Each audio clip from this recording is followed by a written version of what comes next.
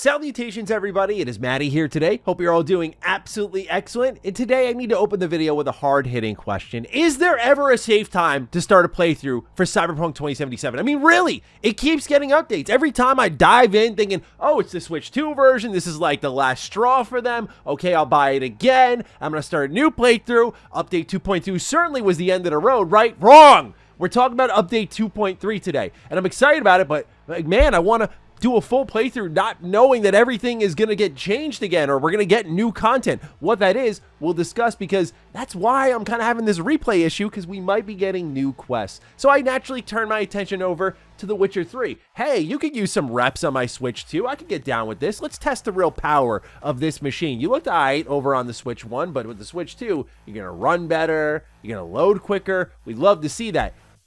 Yeah, guess what? Next year, new DLC for this game. What the hell's going on? I don't know what's in the water over at CD Projekt Red, but they just can't let things go, and I love it. I really appreciate it, even though I play all their games on PC, but I got the Switch versions here. I'm one of those people with their games. Like, I buy them multiple times. But nonetheless, this was confirmed on a recent Red stream from CD Projekt Red, where they ended things off saying that later this month, they will have a brand new update, update 2.3, for Cyberpunk 2077, and then MrMattyPlays followed it up on Twitter and said, we're not done yet. Stay tuned for more info about the next Cyberpunk 2077 update coming later this month. We'll start spilling the beans close to the release of patch 2.3. That's its name. So for now, we ask for a bit more patience. Let the team cook. And I do absolutely appreciate the Vince Carter meme here with the male V's head on it. Nice touch. So we're going to get into what exactly this may be. But ladies and gentlemen, if you're new here and you're into what's going on with CD Projekt Red, we talk about everything from The Witcher to Cyberpunk. Consider subscribing. So before this was a confirmed update, a rumor cropped up, one that made me raise a bit of an eyebrow. It was over on Reddit, and it was titled New Cyberpunk DLC Being Written and Developed by Virtuos, who continues to get around. You may recognize that name because yes, they co-developed the Elder Scrolls 4 Oblivion Remaster, and barring performance and stuttering and all that stuff, it was pretty awesome. What a lot of us did catch on to, though, is that they also served as the co-developers of the Update 2.2 for Cyberpunk 2077, meaning that I highly doubt CD Projekt Red went out and contracted Virtuos for a random 2.2 update that was nice for players who want to go back and just have more fun with Cyberpunk, but like, it wasn't this necessary thing like, hey, we got to do this, right? It was probably like a partnership where it's not going to stop here at Update 2.2. So what could 2.3 entail? Well, you look at this LinkedIn leak and you see that the senior writer has analyzed existing Cyberpunk 2077 character voices to inform writing their dialogue in multiple new side quests, plural, and coordinated with the narrative designer to conceive, write, and polish side quests for upcoming DLC releases, plural. Okay, so we're already in that territory. Since then, when this got caught, this person updated their LinkedIn profile, and you'll see here that they're just a old writer contracted at Virtuos who is collaborating with the narrative designer on written content for various projects. No mention of Cyberpunk 2077 here. Now, keep in mind, CD Projekt Red does have very strict terminology for DLC versus expansion, like Phantom Liberty, expansion. Something like new character customization options in Update 2.2, DLC. So when you see the word DLC, it's still going to be new content, but don't come in expecting the announcement of like Phantom Liberty 2, if you will. At least in the terms of scale, I mean.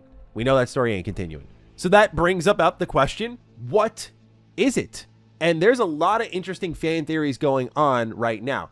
One could be console mod support for Cyberpunk 2077. This was recently announced for The Witcher 3, which just got another update out of nowhere, and obviously that adds to the idea, as we'll talk about later in this video, that Witcher 3 might get new DLC next year. Console mods for any game is a huge deal, but in particular in the RPG realm, this is magnificent to see because it's something that only Bethesda Game Studios back in like 2016 with the Xbox One had a leg up on everyone else. But now we're seeing other RPG developers just kick down those doors, leveling the playing field. And in the case of like Cyberpunk and Witcher mods, they're pretty awesome. So I'm really excited to see what people will do with Witcher 3 mods over on consoles. But when it comes to Cyberpunk, that is not available on consoles. So I think that is an option.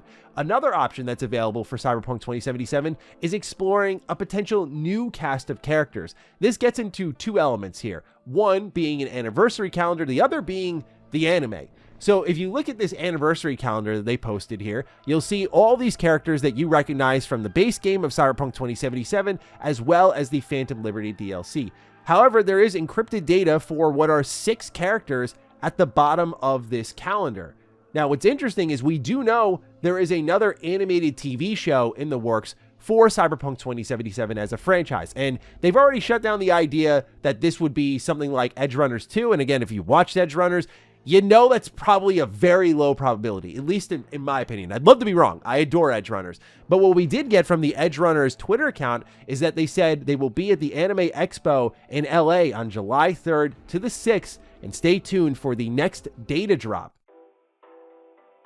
So yeah, it could be really anything. I have other theories that we'll get into based on other things CD Projekt Red has said, but it could be anime related. If, let's say, in that window of time of early July, you get the anime announcement officially, and this update kind of pulls into it. This is the secret sauce that makes CD Projekt Red so successful, and more importantly to their marketing and their investors, so viral, because they usually synchronize these updates with things happening in other parts of media, and then you just get fully immersed in everything they're doing. So that could be one element of it all. Who are these mystery characters? They could also be new characters added into side quests that'll tie into these established characters. Keep in mind that the original LinkedIn profile did describe it as analyzing existing Cyberpunk 2077 character voices to inform their new side quests. So are you going to get more content with like Pan Am or Judy or River Ward? Like, are you going to get more content with them? But is it going to include these new characters, and how far-reaching and branching will these be is anybody's guess. I mean, with CD Projekt Red, we've just learned not to trust them when they say they're done. So if they say, oh, it's going to be a little update or whatever, they may have just packed something huge in there. The element of surprise works very much in their favor. So that's kind of the anime portion of it. But then there's also just little things that CD Projekt Red has hinted at before. Even though they said 2.1 was going to be the final update, they surprised us with update 2.2. And it wasn't like a massive one, you know, like it updated the character creation a bit. We also got new car skins. Like, it was just cool to see, oh, they're hanging with it. But it definitely was flat compared to other prior updates. I mean, how do you continue to rise up? That like rise from 1.6 to Phantom Liberty is historic. So I wasn't expecting anything dramatic, but it seems like they were collecting feedback after the fact. And so you see here, Pal Sasko, who's overlooking the Cyberpunk franchise, is asking about what's missing from character creator in update 2.2, which to me suggests update 2.3 will add more character creator options. On top of that, it seems like quests will be in there. Will it be more like romance options? Will it just be more doing gigs after you romance someone? I don't know. But it looks like they are leaning into established characters and building their stories out more. And if I were to cherry pick anyone in the game, I think it would be companions that you could romance. That just makes the most sense to me. Still, I guess it was kind of under our nose the whole time with Virtuos, right? When they got pulled in for update 2.2, I'm usually like specializing in connecting the dots, but I didn't even think, oh, this is weird. You're going to bring in Virtuos for one update? Come on now. Nah, you're not going to do that, right? So again, given the LinkedIn profile did mention DLC releases, plural, I'm thinking there is more on the horizon beyond update 2.3. And the real question is how long they go for. But the other question is why? And I think some people simplified it like, why? It's fun. It's great for business, yada, yada, yada. But as CD Projekt Red is transferring over to Unreal Engine 5 for their various projects, you have to remember that a lot of their talent has been trained to use Red Engine. And I feel like that talent might, I could be wrong, but might be left with their hands kind of empty on what to do in the meanwhile, while they get caught up on what they need to do in Unreal Engine and while that migration process is ongoing. So I feel like part of the reason we're going to continue to get updates for Cyberpunk and Witcher 3, as we'll talk about in just a moment here, is because it kind of fills the empty hands of the staff that they eventually need for the full production of these games. And given the longevity of Cyberpunk 2077, the longevity of The Witcher 3 has been such a key part of the winning formula for CD Projekt Red, it makes sense to me why they would at least fill their hands with things like these, because they'll no doubt make money. Does this mean it leads to another massive expansion? I mean, they certainly could do it. One thing we learned in the recent financial report for Q1 2025 is Phantom Liberty sold 10 million copies. That's more than most games, y'all. And I get it's $30, but that's for people who bought the game and then bought the expansion. It's not like a spin-off or a standalone or anything like that.